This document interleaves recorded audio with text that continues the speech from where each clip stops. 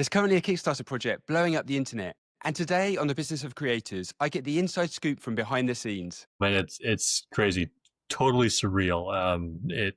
We had big hopes for this project, but like it's kind of blown that out of the water. Ian Hillier, COO at Hacksmith, reveals the huge amount of work that's gone into it. We started this project a year and a half ago, and we set out to make like the best multi-tool we could. Over the year and a half, probably invested about $1 million developing this. He also talks us through their long-term strategy to build a sustainable future. Because we've kind of been a bit stuck on the YouTube treadmill of we need to release a video so that we can have a sponsorship, so we can pay the employees and pay the mortgage, and we want to work more for ourselves. We really see a transition into a product business being a more sustainable future for us. This is definitely one of the most interesting product launches of the year.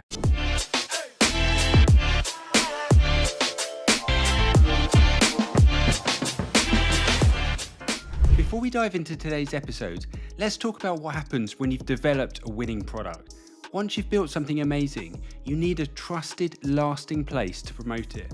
And that starts with your domain name. A .store domain is a branded, commerce-focused web address that tells your audience, this is where I sell. It boosts click-through rate by nearly 90% and doubles organic visibility, all while staying platform independent and fully owned by you. Hacksmith are just one of the many big creators using a .store domain name. And so whether you're building your first course or your 10th product line, give your brand a domain name that's built to sell. Get yours today by using my special link in the description.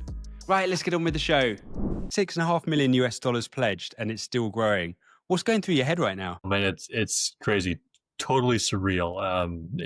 We had big hopes for this project, but like it's kind of blown that out of the water, and kind of it's a mixture of like, okay, we've hit it big with a big product, but now we have to deliver on that. It's both a windfall and now I've got to we're making these in-house. So I've got to make, as of today, like 22,000 knives and more every day. So a lot of work to actually earn that money. Yeah, well, I mean, I'm really excited to learn more about the project and the product. Just tell me, when you started, what did you have in mind for the campaign? What did success look like? We started this project a year and a half ago, and we set out to make like the best multi-tool we could, and we invested a lot of money in order to get there. So over the year and a half, probably invested about $1 million developing this. So what success looked like in my mind was, okay, I need to make that money back, and then I need to make a little more on top of that. So kind of in my mind of what was success was minimum million to actually have some margin on there, okay, 1.5. And then what I was kind of picturing was, yeah, likely around 3, but now we're at 9. And I'm saying this in Canadian dollars. We're from Canada, and Kickstarter makes you launch in your home currency. So what does that mean now for the project, now that it's sort of far exceeded the expectations? I mean, that mainly means that we needed to deliver on the promise there. And I think we've got a fantastic project, a fantastic product, and we have a manufacturing plan. It's just a matter of executing on that plan, just expanding it a bit. I mean, I've got already have a lot of machines on order. I just had to up that number a fair bit, and make more space and expand the hiring plan, and really just roll that out faster than initially planned. And it's yeah, I mean, when we first started this YouTube channel, there was a lot of fun in growing the business. Okay, you release a new video and it's a banger, and you get some more money to play with, and you get to get new tools and new people, and then kind of grow the business. And that was very exciting. But that was, I mean, we've been doing this for 10 years now, and some of those things have come a little bit mundane. Of, okay, I do another video, I do another sponsorship, and do another video, do another sponsorship, and this really brings me back to the earlier days of, okay, we have this really big project, it's really big growth, we have this big opportunity, and it's super exciting to be part of this again. I'm sure. And what do you think is the biggest driver for the momentum? Is it the audience? Is it the product? Is it the campaign? What do you think's really sort of driven it? Yeah, I mean, a mixture of everything. It's hard to kind of pull each piece of that apart. I mean, when we release videos of whether it does really well or whether it doesn't, we often try to picture like what is the components of a video that make it a banger. You're never able, there's so many variables, you're never able to pull each part out and figure out what made that success. So in the case of this product, I think it's same as a video. If you release a good video, it's going to perform well, and the algorithm sees that and it's going to pick it up and share it. So in the case of a product, if you release a good product, then it should perform well. So it's a fantastic product. It stands for itself. And so that's step number one. And then step number two is it has really good product market fit, where it resonates really well with our particular audience. Right? It's something that we use in the shop every day. It's something that I carry on me every single day.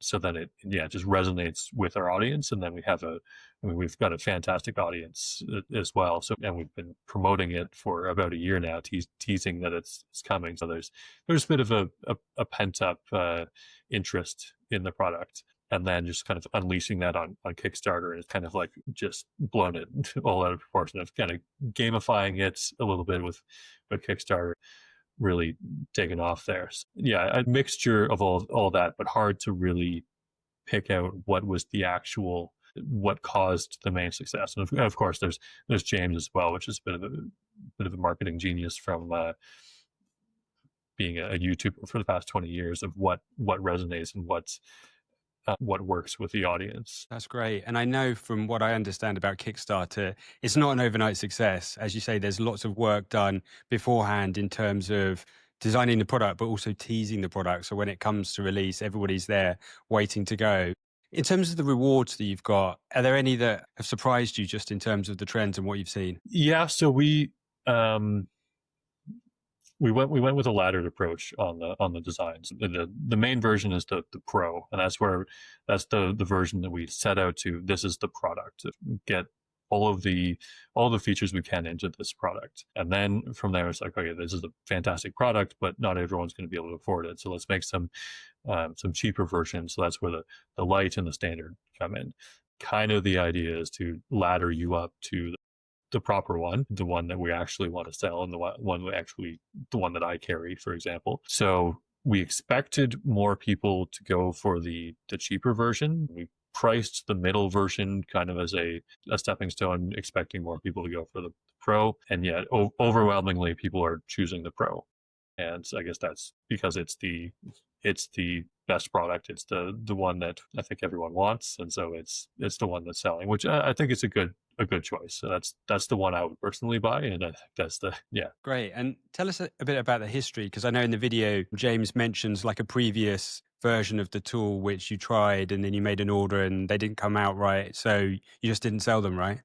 Yeah, we've been wanting to carry some sort of utility knife for a few years now. So we originally found a product that we liked the idea of, and we were going to work with the manufacturer to customize and improve. And we got some samples in, and they were pretty decent. So we placed an order for about 1,000 of them to come in. And then once we had them in, we were going to design some additional features for them so that you could replace with your own blade and things like that. And it was a decent product.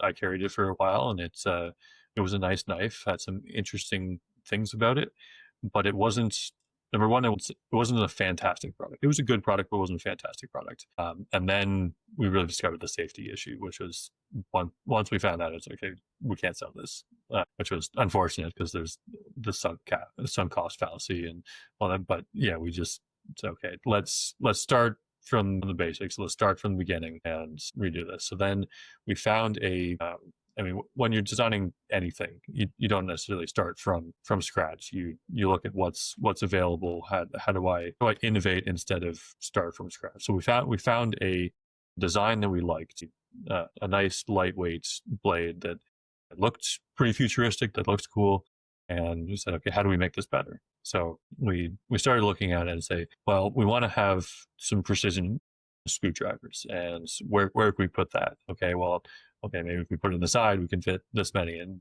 great. And then we prototyped that, and it kind of worked. And okay, what else can we add to this? And it rapidly turned into, okay, we're just like adding features pretty quickly. And we'd go and look at like a list of, let's say, other multi-tools on the market, and so, okay, here's the list of tools that they have. What from this can we kind of take and either make better and add it to ours, or innovate on? What tools can we keep adding to this? And we quickly got up to, I think, 15 tools, and that's when we started kind of carrying it every day and really testing it out and thinking about how is this actually used. And as we started carrying it every day, then it's like, oh, maybe we could add this, this would be interesting. Oh, there's a little bit of space right here. What could we put right here? And that's from there, it kind of took a few deviations in the product design. Of it branched off into this one area of, maybe we can add this feature and it would be really cool. And we started using it and we started trying to make that work, and it just didn't work. So okay, kill that and go back onto this path. And it took a few variations like that, and then finally it resulted in the product, which say, and it's about a year and a half of that. It really, making products takes time. You have to really put your heart and soul into a product. If you're going to make a good product, you have to carry it every day. You have to use it every day and figure out what are the things that it's missing. How do you make this better? How do you make this the perfect product? You make it sound easy. What was the biggest challenge that you came up with? A year and a half and $1 million. I mean, that's fair. That's fair. Yeah. Any specific challenges though? Like, what was the biggest? Was it the weight? Was it a particular function? The biggest challenge, I'd say, is bit retention. And that, a year ago, we're like, oh yeah, we'll have this on the market in a few months. And the bit retention was really the piece of the puzzle that prevented us from doing that. And there was, because of that delay, I think other improvements were made. Whereas if we had launched it a year ago, there would have been other things about it that wouldn't have been perfect, and other delays. And like in that time, we also did custom bits, and so the bits are nicer now because they're custom. Just prototyping those things takes a lot of time, a lot of iterations. Other little improvements of the bubble level used to be in a different spot, and now it's in a better spot, and it's retained better, and things like that just take time. But the biggest challenge was the bit retention, where what it used to be was there was the slots for the bits, and they were retained with a magnet. So if you drop it, the bits would fall out, and that's a terrible user experience for something that you carry every day and is generally on your belt or in your pocket, or you're fumbling with it and you drop it. Like, yeah, I've dropped it a bunch of times.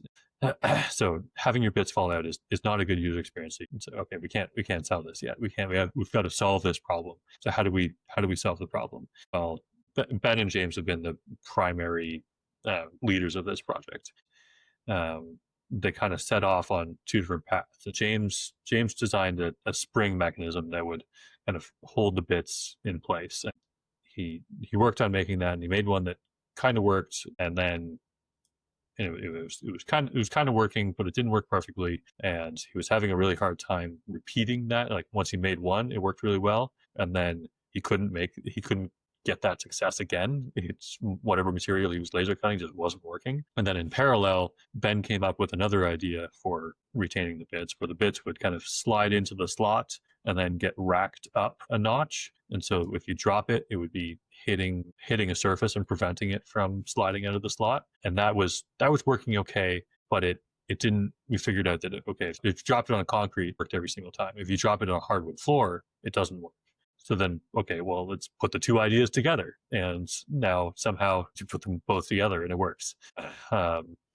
If you drop it repeatedly, the bits will fall out eventually. But we assume that, okay, if you drop your knife, you're gonna pick it up and you're gonna check your bits. Yeah, it works every time if you drop it once. So I'd say that's the hardest challenge we had to overcome, aside from manufacturability and all the iterations and quality control and normal kind of things of launching a product in mass. That's a large endeavor just by itself. I love hearing the story and sort of how genuine and authentic it is. Like, you've really designed this product from scratch. You haven't just gone on to Alibaba or something and branded, a generic knife on there. It's like truly something that you've designed in-house and you're building in-house.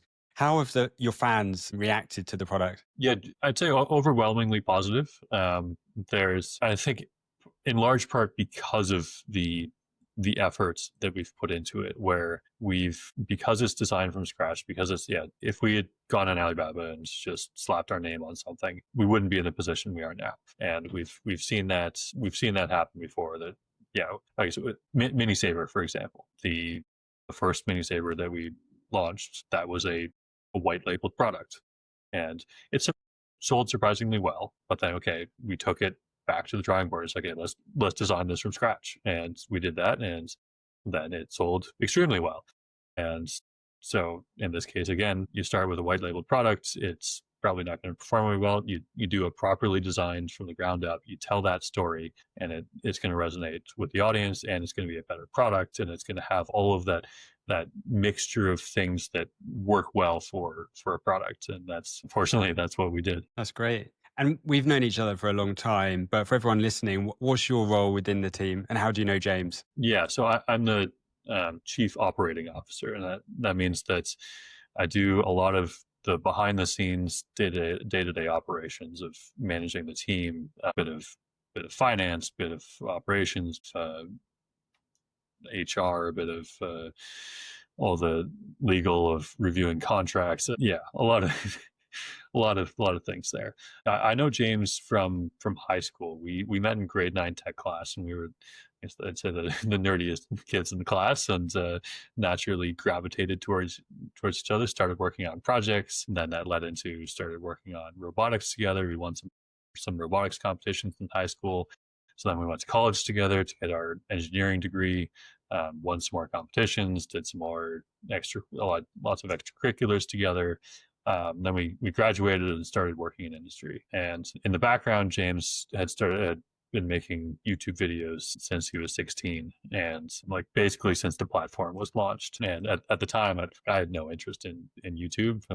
What's the point? But he's making all these videos, and so we're working these industry jobs, and he got the YouTube channel to a point where it's like, okay, maybe there's something here. And at the same time, he had bought a house with a fantastic garage on the back, quite a large garage. So I was working with him in the garage just on projects for the fun of it. The whole reason I got into this was to make cool things. And so yeah, James quit his job and to focus on YouTube full time. I got jealous and quit my job. And at the time, there was no money. This was just, okay, let's make some things in the garage and see what happens. If we don't have to go back to work, that's success. And we really started focusing on making good content, making good projects. It worked. We made we made a banger video. It was the Captain America Electromega Shield. And that video there's two videos on that now, but the more popular one has, I think, like 44 million views or something like that now. And that really skyrocketed the channel of people that came and watched that video. So, oh, there's a bunch of other content back here. And we went from like 100,000 subscribers to, I think, 500,000 practically overnight. And then it gave us a little bit of a cash injection of, okay, now we can spend a little bit more on projects. And we did that, and we made more content. And it's just like everything we made, we invested back into the business of bigger projects, bigger team to make more videos, and James being the creative lead behind all of it, the personality, the YouTuber, if you will, of driving everything forward. It's just like, yeah, massive growth over the initial years. So yeah, now we're one of the largest maker channels in the world, and we have this fantastic facility in Cambridge. We've got about 15,000 square feet. We have every tool imaginable. We have probably 40 3D printers sprinkled around the building, and laser cutters, welders, robots, all sorts of things. It's an engineer's playground. And how we've gotten there is largely on the back of sponsorships and ad revenue paying the bills. But we really see a transition into a product business being a more sustainable future for us. That's the direction that we're investing in from where are we going to be in 5 years? Because we've kind of been a bit stuck on the YouTube treadmill of, okay, we need to release a video so that we can have a sponsorship, so we can pay the employees and pay the mortgage and do these things. And every video has to hit these metrics, and just in order to pay the bills. And we'd love to get it a little bit out of that of, okay, we want to work more for ourselves rather than for sponsors. And products is kind of how I see us doing that, is that I'd much rather promote my own product than a, a mobile game or a other thing. We work with fantastic sponsors. There's been some great products that we stand behind as well. But even the great products, I'd still rather promote my own product than a sponsor. So it's kind of developing the Hacksmith.store and our product line. And I really see that as the future of Hacksmith, of developing our product line further and being able to do even bigger projects because of the product line. Of if we can do instead of doing an ad read for a sponsor, we do an ad read for a product. And if we can make more on the products, then we can invest that back into doing even bigger projects. And the cycle just kind of continues, which has been the whole point from the beginning of, okay, let's make really cool things. Let's do crazy projects. And instead of having sponsors support that, having our own products support that is even better. It makes absolute sense, and it's such a great story. So what's your favorite project over the years? Yeah, I've got a few. I've been very fortunate in that uh, I don't have a boring job. I mean, some days I come in, I'm stuck in my office doing boring things, but I've done a lot of crazy things over the years. Personally, my favorite project is the red hot rebar crossbow, which just combines a lot of the things I love in engineering. So it's a crossbow where you put a piece of rebar in, so a metal bolt, and then you press a button. It passes about 1,000 amps through the rebar. It starts to glow red hot, and then you pull the trigger and shoot it. Now you have this red hot projectile flying around, and it hits something and ricochets and bounces around the shop, and then you have to chase after it and grab it with some pliers before it starts to fire. When we built it, it was fantastic, and every time we pull it off the shelf, it just works, and it's always a great time. So that's my personal favorite. Lightsabers are probably my next favorite. Just they've been fantastic for the channel, and they're just always fun. But yeah, I've done some crazy things on the channel before, like slapping jet engines on a canoe, or flying a jetpack, or launching things with airbags, or all sorts of things. It's been a wild ride. I'm sure you've seen a lot from launching the products. What advice would you give to other creators thinking about launching a product? Yeah, so we got some fantastic advice from Linus Tech Tips when we did a collaboration with Linus in 2020. So, about 5 years ago, maybe coming up on 6 years. I forget exactly when it was. And when he came to our shop, and we started talking about business, as YouTubers usually do when they get together, and he started telling us about his product business. I think he was about 2 or 3 years in at that point, and he was having some pretty good success with his products. And we're talking about that and got some great advice from him. But one of the main things was that you have to start, and it takes time to start. But once you start, it's a long burn, but it's worth it in the end. We had tried doing some products before, like custom T-shirts and little things here and there. We just didn't have any kind of return on them. Like we might advertise a T-shirt in a video and get like 5 or 10 sales. Like, it was pathetic what we were getting. It's like, why would we ever do a product business? But talking to him, it's like, okay, you have to lay the groundwork. You have to have the infrastructure. You have to. It's not necessarily about the one video. It's about the aggregate of 10, 20, 100 videos, and we're seeing the results of that now. So we started working that on 2020 in 2020, and year over year we've seen improvement, kind of growth in those areas, so that even at a time when we're not releasing a lot of content, we're still getting a decent amount of sales, because we have both a back catalog of good products, and then we have residual views from past videos that are promoting those products. Yeah. So what else do I want to say on that? Let me go to my notes here. Give me a second. I'd say the other advice that I'd give is know your audience and go premium. So, like I mentioned with the shirts, where we tried advertising a shirts a long time ago, and apparel is not what our audience cares about.